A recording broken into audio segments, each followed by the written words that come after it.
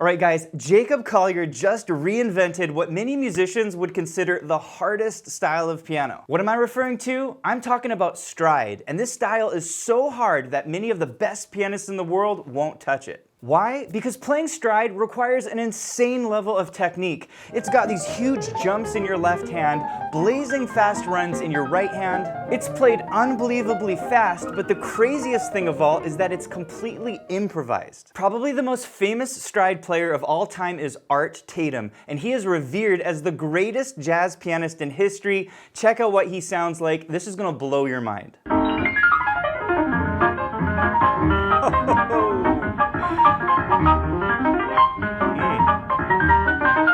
Only a select number of pianists can actually play stride at a high level, and even in those cases, those pianists will usually specialize in stride only. Now, as someone who plays stride piano, it took me years and years to develop this technique.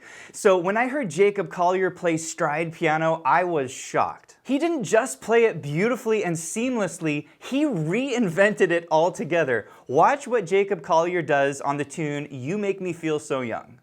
You make me feel so young. Come on. You make me feel so spring is sprung. And every time I see you grin, I'm such a happy individual. The moment that you speak, I wanna go play hide and seek. Oh, come on!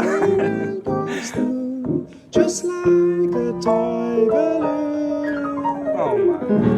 This is just insane, because if you know anything about stride piano, Jacob just broke all the rules, but he is still somehow playing stride. Let me show you. If a stride pianist were to play this tune, they'd probably play it like this.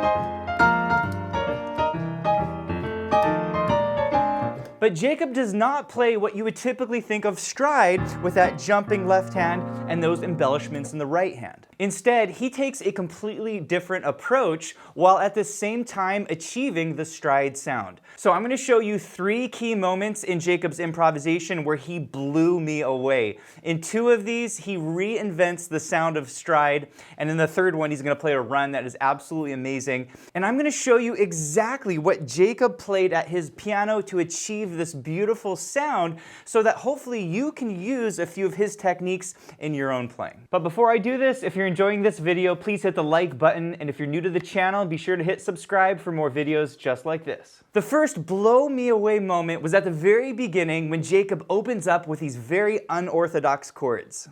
You made me feel so young. You made me feel so spring is sprung. And every time. So I'm going to play you exactly what he played, and then we'll break it down. You make me feel so young.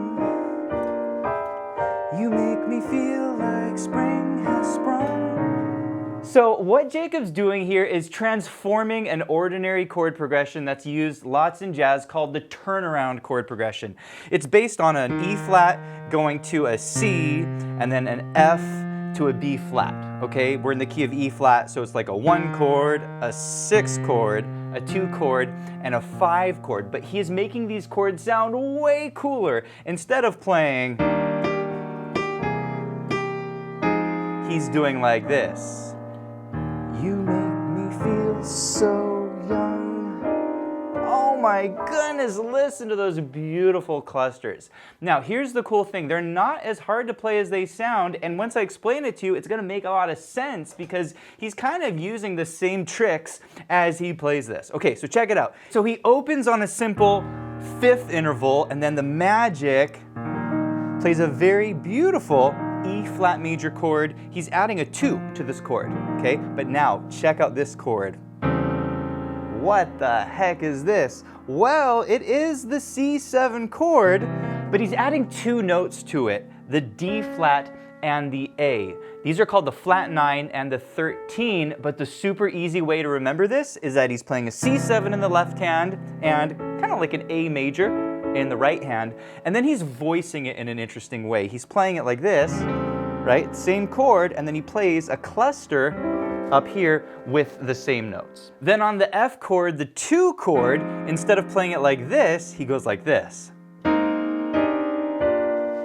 Okay, really beautiful. So on the F chord, here is his trick. Instead of playing an F minor, he basically adds any notes from the E flat major scale to this chord, okay? So look at the first F chord he plays. He plays it like this. Guess what? These are all notes from the E flat major scale, right? But it has a 2 chord sound, and then he comes up, beautiful F minor chord. By the way, it's called an F minor 11. Again, he's just playing huge clusters from the E flat major scale. And then he goes, oh my goodness, what is he doing?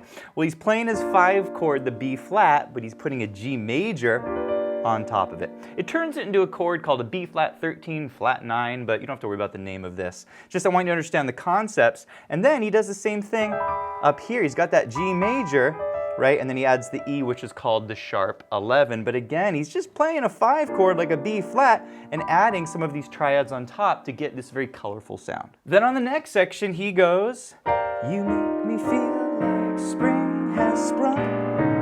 Okay, lots of the same chords. The first chord, he's playing a massive cluster on the E flat major chord. And once again, he's grabbing as many notes as he can from the E flat major scale, except on this one, he skips the A flat, okay? So that's kind of what he's doing. Huge cluster chords on the E flat major scale. He brings it down, more clusters on the E flat major scale, more clusters on the E flat major scale. He puts a little passing chord on an F sharp diminished. This gets us to our F minor chord, and then he goes like this. Once again, clusters on the E flat major scale. That's what he's doing most of the time here, right? And then he does another cluster on the E flat major scale, and again, it's called an F minor 11, the technical name of this chord. And then he ends like this. What the heck? Well, he's playing his B flat chord, his 5 chord. There's the G on top again, and then he does this madness. Okay, crazy, weird cluster chord. You will almost never see this in music. And you know, I don't really know the name of this chord. I guess you could call it an A major 11 flat 5, okay? But what I think Jacob was doing here was trying to get just a muddy sound at the bottom of the piano. So he played these 2 cluster shapes to get him back to his 1 chord. So this is something Jacob will do sometimes. Sometimes he will completely abandon the general chords just to do something kind of muddy on the bottom, and he did that there. All right, next I'm going to show you the second blow me away moment. But before we do this, if you want to go deeper on your piano learning and you want to take your playing to the next level, I encourage you to check out pianowithjonny.com. When you join the site, you will take an assessment. We will tell you your playing level, and then we will tell you exactly what to practice to take your playing to the next level. And I want to show you our Foundations learning track. This is our core curriculum at Piano with Jonny, where you will learn everything that you need to know about chords, scales, soloing, improvisation, so that you can pretty much play any style you want or lead sheet. So let's say you take the assessment and you place in as an intermediate pianist. You would start with our intermediate Foundations learning tracks. And so you'll go through each level and learn essential chords like 7th chords, rootless voicings, drop 2 chords, and quartal voicings. I'll put a link to that below. All right, here's the second blow me away moment. The moment that you speak, I wanna go play hide Oh, and seek. come on, man. I wanna go in. So I'm going to show you exactly what he played at the piano, and then we'll break it down. The moment that you speak. So when I first heard Jacob do this, I was like, man, that is crazy. I have never heard someone play these chords in a stride context. So I'm going to show you exactly what he did.